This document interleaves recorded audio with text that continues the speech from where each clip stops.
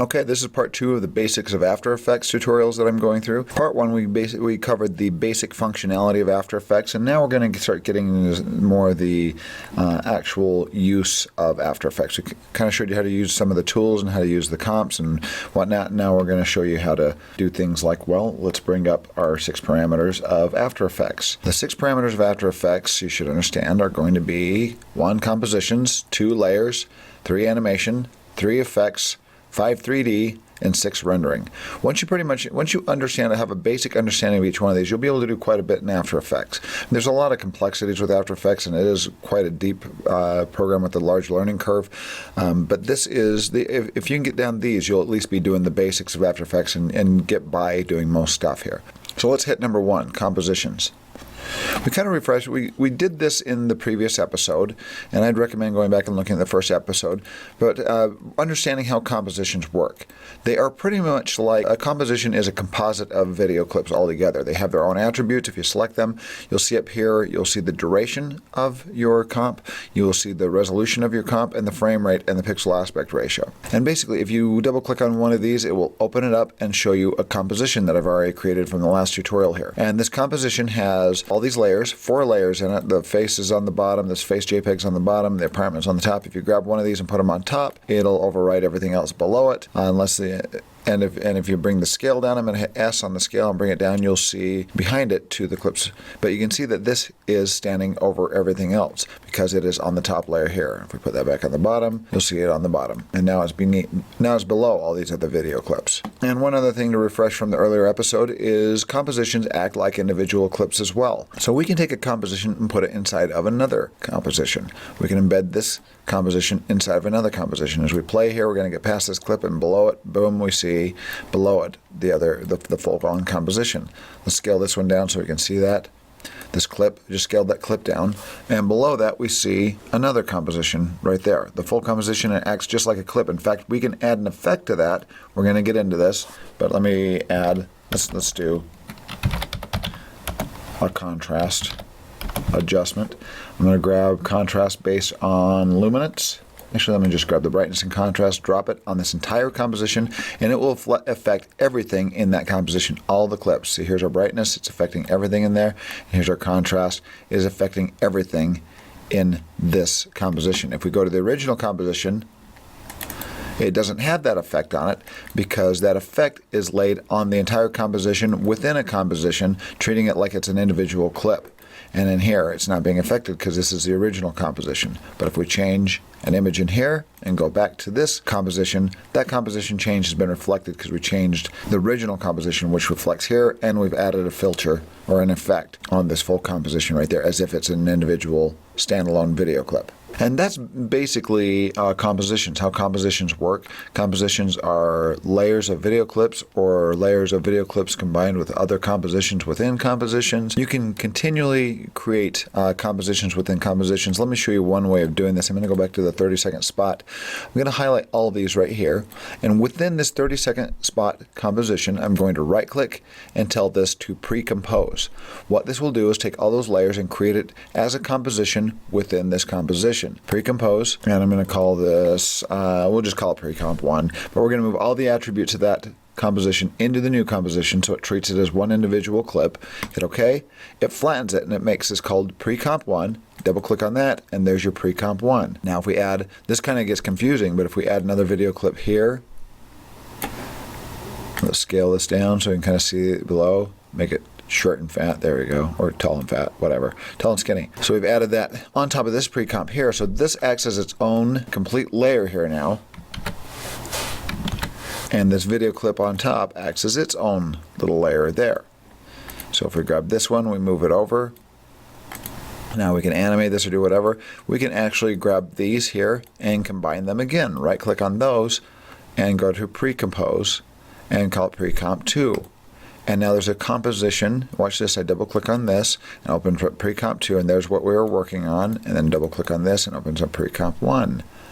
So this can get really confusing. You got to be able to keep track of things. And actually, if you select your main composition here and you hit this little flow chart, this mini flow chart here, and actually tab will bring this up. If you hit the tab key, it brings this up. It'll show you how things are interconnected. Pre-comp 2 is built that feeds into the 30-second spot that builds into the Western comp. This will show how these comps are linked to each other and how they go back to the original composition and where they end up at. Okay, a couple of other things I want to show in compositions is this composition viewing window up here. First of all, let's talk about zooming in and out of your image here. The shortcut for this is pretty simple. Get used to just scrolling, and what scrolling does on your mouse is it will zoom. I'm just going to move my mouse over here to the side just to demonstrate. As you scroll with your mouse, it will zoom up to your anchor point. And as I zoom back out, it zooms back out. So I'm scrolling up and scrolling down to show you that it zooms in and zooms out. Now, if you want to zoom up to a certain portion of your image, all you have to do is let's zoom up to his eyeball. You're going to mouse over the eyeball. You hold down Alt on a PC or Option on a Mac, and then scroll up and down. And it will scroll to your mouse until you can see individual pixels as opposed to scrolling to the anchor point. So wherever my mouse is now, it will zoom in and out of that area right there. So if we want to work on the eyeball, we zoom up to it, and now we can work on the eyeball. Zoom out. And a nice little tool to learn to use is called the hand tool. And the shortcut for that is H. And it's also up here that you can click on, but if you remember H, as you're scrolling up with something, say I scroll up to the corner of this eyeball here, and I say I want this kind of centered here to work on it, all you have to do is hit H, and it turns your tool into a hand. Now you can simply grab, click, and drag and get this where you want to, and let go. Now I need to go back to my arrow tool, so I'm going to hit V for Victor is my arrow tool, or just click on it up here, and I'm back. So now let's show how to zoom back out. You can either use your Alt scroll or your mouse scroll to zoom back out, but then this is kind of disproportionate here. If you want to really zoom to fit your whole image in this area right here, the shortcut, it's kind of weird, it's a Shift question mark. Hold down Shift and hit question mark, and it will zoom your window back out to fit.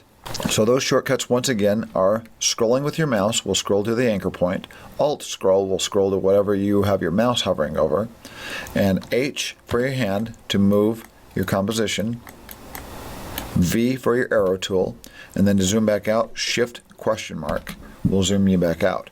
Now keep in mind this black area right here is your visual, that's basically your television. That's what you're going to be viewing in your final video clip. Out here, this is kind of this dead region out here. You can still use this region to animate. Let's open up our clip here. Let's grab our face and move this off screen. As we move this off screen here, notice we see the wireframe. Let me scroll out. I'm going to use my mouse scroll. H for hand, move this over a little bit so we can take a look at this. And look at this, that JPEG there is off screen. It's not being seen, but we see the wireframe. We know something is out here, because if you need to do an animation and have this come flying on screen, you need to be able to see that wireframe to be able to grab it and bring it on screen. So it shows the wireframe off screen, but this black area is the area that will be seen visually in your video clip. This black area is like your television set right here. Let me delete all those, show the black area right there. This is your television set right there. That's your screen of everything that's going to be seen. Undo that. So that is pretty much compositions in a nutshell. Let's go through quickly layers, which is the second parameter of understanding After Effects. This is very similar to Photoshop. If you've ever operated with Photoshop, we've mentioned this in the previous episode, that these layers are on top of each other here. Whatever's on top is going to take, this is basically like taking cutout images out of a magazine and laying them on top of each other. Whatever one you put on top, you'll see those first. If you've ever seen the art of collage, it's very similar to that, where people cut things out of magazines and paste them on top of each other. That's essentially what we're doing here. And After Effects is very much like that, where you can cut out images, cut out portions of images and create new images and create a composite made out of already cut out pieces. But whatever you put on top, and you put other things on top of other pieces, and you get this sort of a layer hierarchy. And that's very similar to how After Effects works. Now, you'll notice down here with the layers, as we move along here, this one doesn't start until this point in the timeline. Then it turns off at this point in the timeline. So as we play through this, boom, there it is. It suddenly turns on. And then as it gets to the end here, it will go away. But this one is on very top. If we move it over here, it's going to hide these videos here because this is on top. If I grab this layer and drag it below another layer, now watch this. Now it's going to be behind my outside video, but still over the top of the apartment and the face stuff here. If I pull it to the very, very bottom, now it will be behind everything. Now we can kind of hide this and then reveal it like so. Another thing you want to understand in the layers is you got this little arrow down here. You pull this down and it will show attributes inherent to every clip. And some important attributes to know here. As you arrow down, you've got access to your anchor point, position, scale, rotation, opacity, which we covered in the last tutorial. But in this one, I want to really talk about, I want to show you how to bring up specific attributes without having to arrow this down, arrow down, transform, and then find the one that you need. If you've got a layer selected, if you can remember the shortcuts T, R, A, P, S, and I guess to a lesser degree U and UU. We're going to talk about these here. T is opacity. You just remember it like as opacity. So T, watch this. I've got this layer selected. I hit T, and it brings up just the opacity function. You can quickly grab this and turn down the opacity of a clip. R is rotation. Hit R, it brings up the rotation. Now you can rotate a clip. So if you need quick access to these numerical values of each clip, you're going to be hitting these. A for anchor point, P for position, S for scale, and then once you have keyframed properties, which we're going to be going over, you can hit U to reveal keyframed properties. Right now I don't have any on this clip, so it's not going to show it. We'll reveal all the keyframed properties, and UU will reveal all the changed properties. So watch this.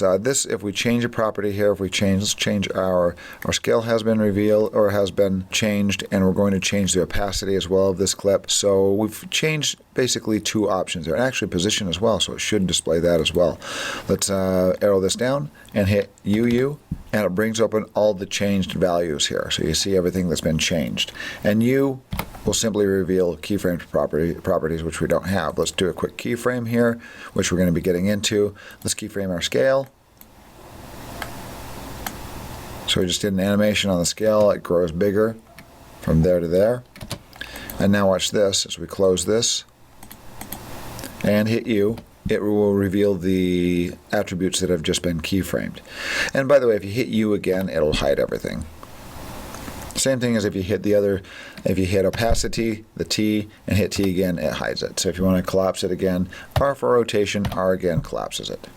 But the UU is a double tap, and you basically show the attributes that have been changed, which also includes a keyframed one, and just the keyframes is U. And in a nutshell, that is layers. Let's go on to the next one, which is animation. All right, next we are going to be going over the third parameter of After Effects, which is animation. Let's cover basic animation here. All right, we've got all these images here with a whole bunch of, and I'm actually going to get rid of a couple of these because they're still images. We're going to get rid of the face, we're going to get rid of the, and we're going to get rid of the apartment, get rid of JPEGs, and we're going to put motion video in here. Actually, let's just start all over. Let's go to our 30-second spot, delete our pre-comp out of that, and we're going to start adding some video clips to this. I'm just going to grab a video clip and drop it into my timeline here. And here's a small video clip I'm going to put in and out points here. I'm going to set my endpoint here by doing Alt left bracket, and I want this at the very beginning, so I'm going to hit Home and hit left bracket, and it will pull that endpoint to that point there. And as we play, there's the end of the shot right there. So Alt right bracket puts an out point on that thing right there. I'm going to grab another shot, one of our outside clips, and drop it down on my timeline. Let's turn this top one off, hit the eyeball, turn it off, and look at the layer below it, and set an endpoint here, right there. Alt bracket, Alt left bracket, Home, push my left bracket to get that endpoint at the beginning, and here's our shot. There we go, there's our shot right there. Okay, we're good. So let's move this one over because we're going to want this one to animate in. So right now we're on the bottom layer. Let's turn our top layer on, turn our sound off because we're not using sound for this demo. As we play through it, notice it cuts to this endpoint and then cuts out of that out point, and we'll drop down to our clip below. So let's do some animation. So what we're going to do is we're going to animate this. We're going to make this video clip crop the top and bottom and move down to the bottom of the screen. And we're going to make this one come in, and we're going to have this one fly in on the top and already be cropped.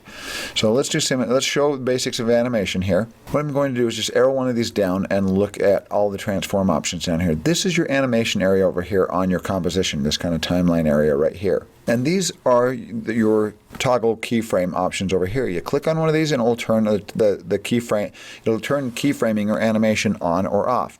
And it will also add your first keyframe for you. Let's do it on scale right here. I'm going to keyframe my scale. Notice it turns on a keyframe right here on my timeline. And we move over. What this is for is it's going to, at this point you can tell it to start changing attributes. I'm going to move this down the timeline a little bit, and I'm going to move over. Now that you're not going to hit this again because now it's turned on, I'm going to go over here and do my add or subtract keyframe at the current playhead. Right now it doesn't have a keyframe there, so it will add a keyframe. As I move back now, we can go to the, and keep in mind as you're working with keyframes, you want to use these arrows right here. These go to the, this will go to the previous keyframe, this will go to the next keyframe, and these will help you land on a keyframe exactly. If you don't land on that keyframe and you start manipulating attributes, it's going to add another keyframe without your knowledge. So I'm going to land on my second keyframe here. From here, notice that this keyframe right here, we are at 100% scale. At this one, I want it to be to 200% scale. So I'm landed on the keyframe. I click this and add, and type in 200. Hit return. Oh, by the way, this is, I got to turn this off because I'm manipulating the layer below it. So now watch, you can see that wireframe increasing here. Notice it now zooms in from 100 to 200% from this keyframe to this keyframe. And you can see that wireframe, let me zoom out a little bit, you can see that wireframe actually doing that, zooming up from 100 to 200% from here to here. So that is a basic animation. I'm going to undo those. Actually, I'm going to select these keyframes and delete. And we are going to manipulate, and let me reset my transform back to normal, shift question mark to show the whole image. So what we're going to do here is we're going to get this thing to change scale and to animate down to a portion of the screen. So let's move back here, let's turn this top layer off, and right before it reaches here, I want the animation to be complete right before this clip turns on. So I'm going to get it right to the edge of this clip. I'm going to hold down shift, that will magnetize. This is kind of a little magnet here that holding down shift will lock you to in points and out points. So now I'm at that out point on the top clip. I can turn that on actually. Now let's keep it off. And I'm going to animate my scale and animate my position. I'm going to turn on the scale keyframe and I'm going to go back, let's say 1 second. We'll make a 1 second animation. I'm going to hold down shift and page up 3 times. That skips 10 frames at a time and jumps back 30. Now I'm back 30 frames essentially, and I'm going to add another keyframe right there. Click, add another keyframe. At this point, I want it to be at 100. At this point, I'm going to go to the next keyframe. I want it to be at, I don't know, let's take a look. And actually, I'm going to do a couple things. I'm going to make position keyframes on the exact same keyframes. One there, arrow back to my first scale keyframe and add a keyframe on the position. So we've got keyframes on both here. I'm going to arrow over to the right keyframes, landed on both keyframes, and now I'm going to actually change position, or change scale, and change position.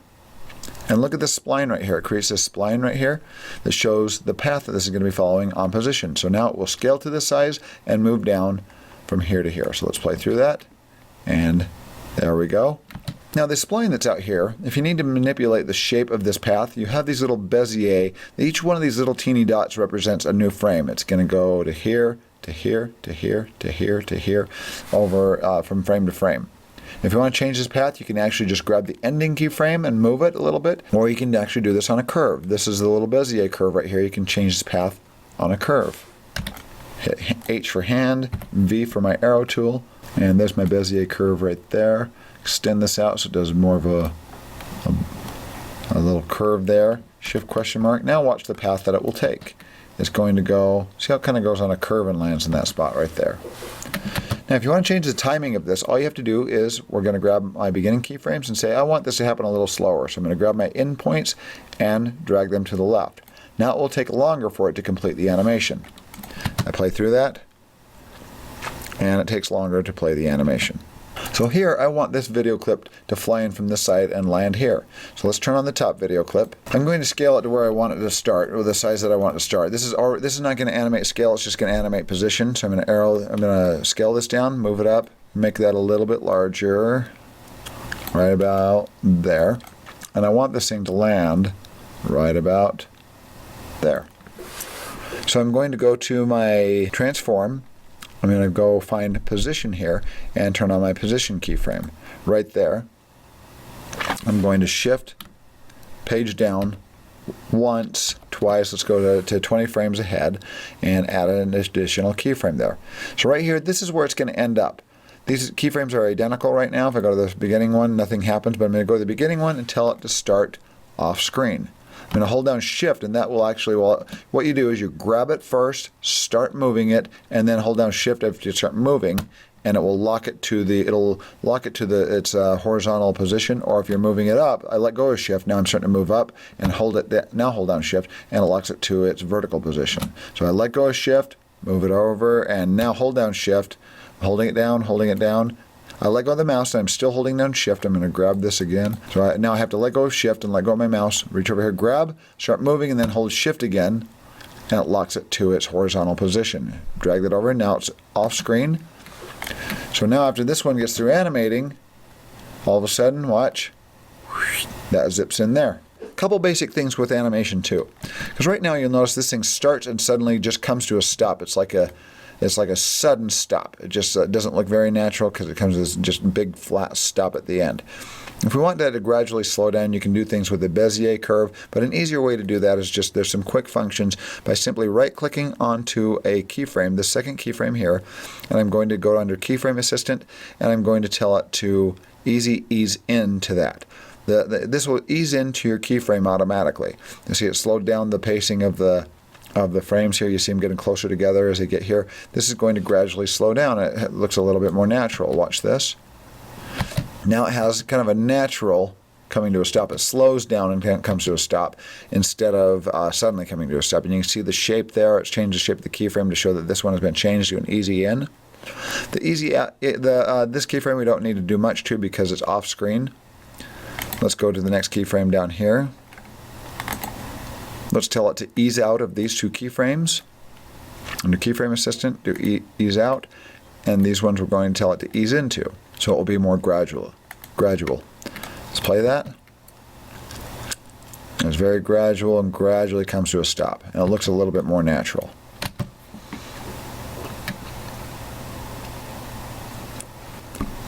There we go. And you can add keyframes on attributes, on effects, on almost anything in After Effects to change values over time. And as you move down a timeline, if you want this to move suddenly from here to there, we can add new keyframes here as a pivot point, and then move over here, and we're going to just simply grab this and move it over here. And now the position has changed, so now it comes down to here and moves over here.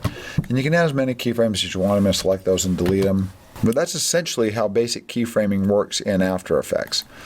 One other thing we can do up here to kind of change this thing to make this look a little more natural. When this video zips in, it's very stroby, like it has a very high shutter speed. So we can make that look a little bit more natural. I'm going to go to Toggle Switches and Modes. We are going to turn on Motion Blur for animated moving objects. And this will add a natural motion blur that's turned on. But now you got to tell it what layers to affect. I'm going to affect the top layer here. And look what happens. Now when it's in motion, it looks like we have motion blur happening, like it's natural motion blur. Let's render this. And there we go. That looks like natural motion blur there. It makes it look like a little bit more natural motion. So the easy ease function and the motion blur will help animations look a little bit more natural. Let's get into effects next. Effects is the next parameter we're going to be getting into. What we're going to do here is we're going to go up to our standard workspace. First of all, if you're not under standard, then some of these views will not have your effects panel over here. So you've got to either be in standard or effects as well. Effects brings up with some other items here to preview and play some clips back. I kind of like standard for effects. Just depends on your preference. But let's show what effects we'll do here. Let's go into effects. Let's have this shot start out of focus and come in focus. We're going to find ourselves a camera blur. And there's also Gaussian blur as well. I like the camera blur. Looks a little bit more like a camera. I like a lens blurring. I'm going to grab this. Once you do a search here, it narrows things down to just the word that you're using. There's 3 items in here that use the word camera. If you clear that, then it will show all these folders, and you have to go through all these different folders and find the ones that you want. If you know what you're looking for, you can just simply type in camera or blur. Let's type in blur and look at all the different types of blurs it brings up. There's our Camel lens blur right there.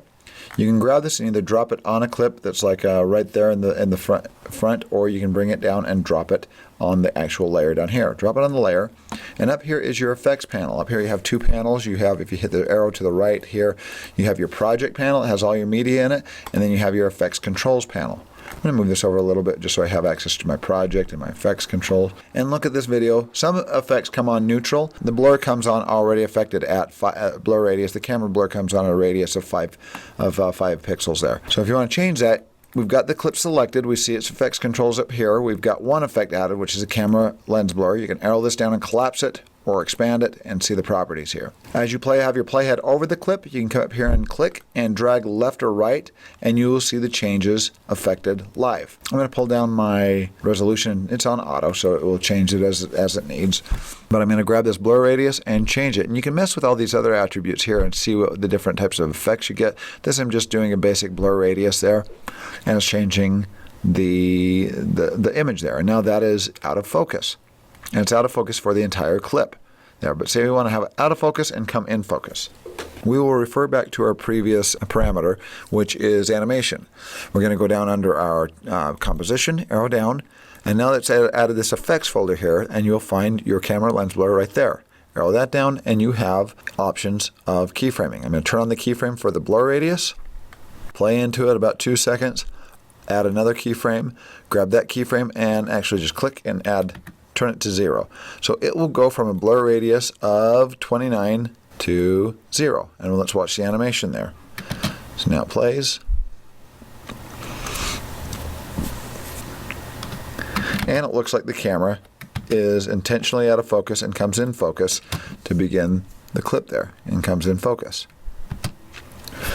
Now if you want to add that to another clip, you can simply do this by grabbing your camera lens blur right here with the keyframes, copy, moving to another clip. Let's move to this clip right here, select it, zero this down so we can see what we're doing, and Control V or Command V on a Mac to paste that effect, and it's added that effect with the keyframes.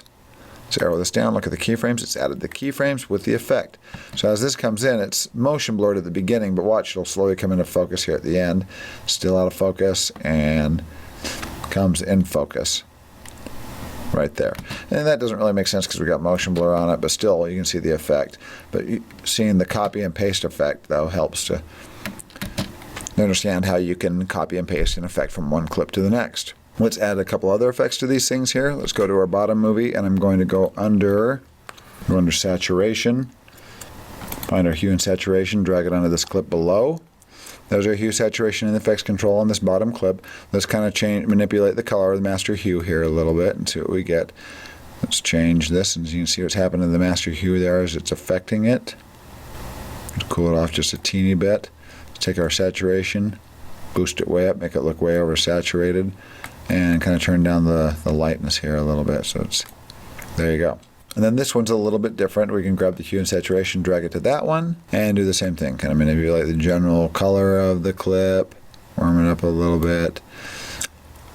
Grab our master saturation, crank it up if you want it oversaturated, and our brightness levels, and get those where we need to. We can also add contrast to this. Let's go into our brightness and contrast. There's our brightness and contrast. Let's add contrast to this. Click on contrast, turn that up, and add contrast. Copy this one, select this effect, copy, move to the other clip, Command V or Control V and paste, and there we go. So just messing around with it, added some funky colors, added some little effect, did some animation. This is way oversaturated, the colors are way off, but just showing you how you can manipulate a clip with effects and get different results. And here's the effect. Beautiful. This is awesome. All right, let's go over the next parameter here, which is 3D, understanding 3D. And I've got some other tutorials that get a little bit more into 3D and talk about 3D camera space. This one I'm just going to kind of cover the basics. What 3D basically does is it adds a third axis, which is the Z-axis. I'm going to disable these. I'm going to grab all these effects right now and turn them off just so my processing happens a lot faster. Let me do that to both clips here. There we go. So this will process a lot faster. Let's show 3D here.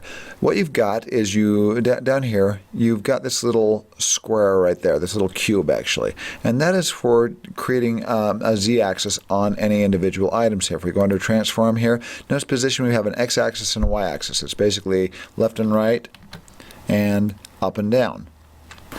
And if we add the third axis, which is a Z-axis, that is going to be depth. And I'm going to check mark this and add the Z-axis. Notice it adds that Z-axis right there. And I can grab this, and right now it's on a keyframe, so it's going to keyframe this in the Z space. But look at this, as we grab this and move it, it's actually going on this curve and going further away from us. If we do the opposite direction, it'll go closer to us. There we go. So this is actually just not zooming, but it is actually growing closer to us in a 3D camera space. So we just push that forward in space.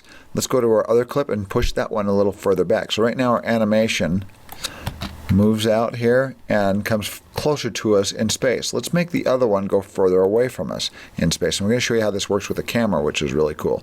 So I'm going to go to the next clip here. And let's make that move at about the same timing here. We're going to have that right when this one starts coming in, we're going to have it move back in Z space. So I'm going to turn on my 3D object there, create the 3D object. This will now have a transform on the Z-axis here. It'll have position on the Z-axis. So I'm going to add a keyframe where I want that to start zooming here. I'm going to add a position keyframe right there, and then move forward and have this move backward in Z space further away from us. And notice how this looks like it is behind this clip here. Now let's show something. We're going to add a camera and be able to animate our camera as well. I'm going to go under Layer, go under New, and we're going to add a camera. One camera for the entire shot. It asks things like, we're not going to get into the settings right now. I have other demos that go into this, but you can change things like focal length, zoom. You can actually get into things like focus as well, depth of field, which is really cool. It's got a focal length of 50 millimeters, kind of a standard 50 millimeter lens on this camera. Let's hit OK, and it has now created a camera. Now watch what we can do is we arrow down our camera, we go into transform, and you can actually use your little camera shortcut up here as well. Unified camera tool. You can move this over and change things like your angle. You can zoom in and out. You can change your angle simply by clicking on the image, left clicking, and moving. And look at the depth difference. You can see how far apart these are now. We move this over the other way, and you can actually animate this stuff as well.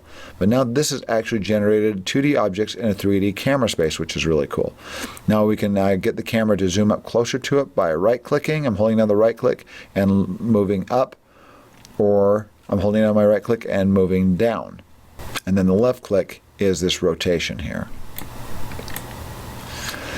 And now your middle click, so your right click, so your left click is your rotation. Your camera's rotating around the images here. Our left click is zooming the camera in and out, getting the camera physically, moving the camera closer or further away. Eventually that will just go through that photo there and then see the photo behind it. And your middle click is actually horizontal and vertical positioning, as you move up and down, left and right. So this is physically moving the camera left, right, up and down, just like on a dolly or a pedestal. And then the right click is moving the camera in and out of the images, closer to and further away. And the middle click is a horizontal pan, or in the left click is a rotation going around circles around these objects here. And you can animate these things as well. You can go under the position of the camera and turn on a keyframe from there. And let's go to here, and we're going to change the position. We're going to zoom out and rotate one full circle here like that. There we go. And end up there. Let's take a look at this. And now the camera moves back from one point to the next. And you can see this as it's moving in 3D camera space, which is kind of cool. And those are the basics of the camera. So like I said, I've got other tutorials where we go into a little bit more detailed camera work. But that's pretty much it. That's how the 3D space works. And let's say we now want to export this clip here. Let's get this back to normal. Let's animate our camera back to normal right here. We're going to kind of get that right about where we had it before. So there's a little funky animation that doesn't really make a lot of sense, but that's kind of how things work. So say we want to export this out. Let's go to rendering, which is the 6th parameter of After Effects. Whenever you want to export, you got a couple different options. We want to export out this 30-second spot. We're going to go up to Composition, and we have two options. We can either send this composition to Media Encoder or do a quick to render queue. If you do add to render queue, it will add it to its own rendering queue here in After Effects. And you have some settings in here. This is a little bit watered down compared to something like Media Encoder. So I really recommend using Media Encoder, but if you, sometimes if you're in a hurry and you know what settings you need here, you can click on your settings in here and bring them up and change them. You can go, see there's some H.264 settings that are missing in here that you'll find. These are kind of antiquated ones, and these work really well for things like TIFF and target sequences if you're sending your compositions to a 3D artist or somebody else. You can do QuickTime, AVI, a whole bunch of different types of sequences, like I said, for 3D, for putting into a 3D program like Maya or Max. So I'm going to cancel that. The more common one we're going to go through is going to be add to Media Encoder here. So we're going to go under Composition and add this to the Media Encoder queue.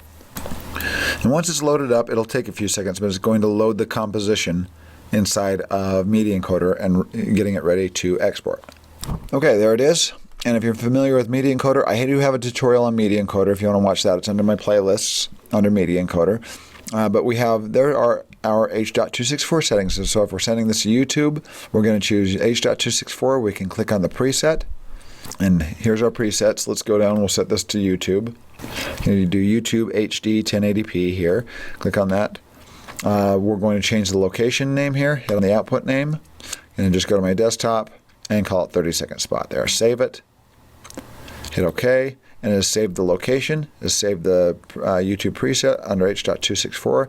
Now you simply press play, and it's going to encode this file right out of After Effects into a clip ready for YouTube. Okay, and it just finished. Let's go to the desktop, view our clip.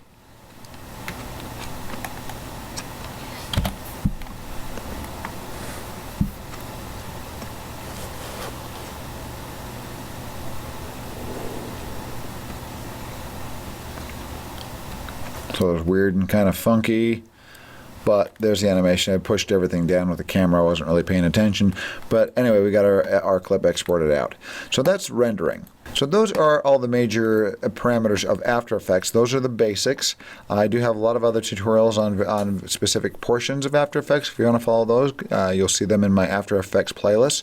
And if you have any comments or questions, then let me know. And good luck.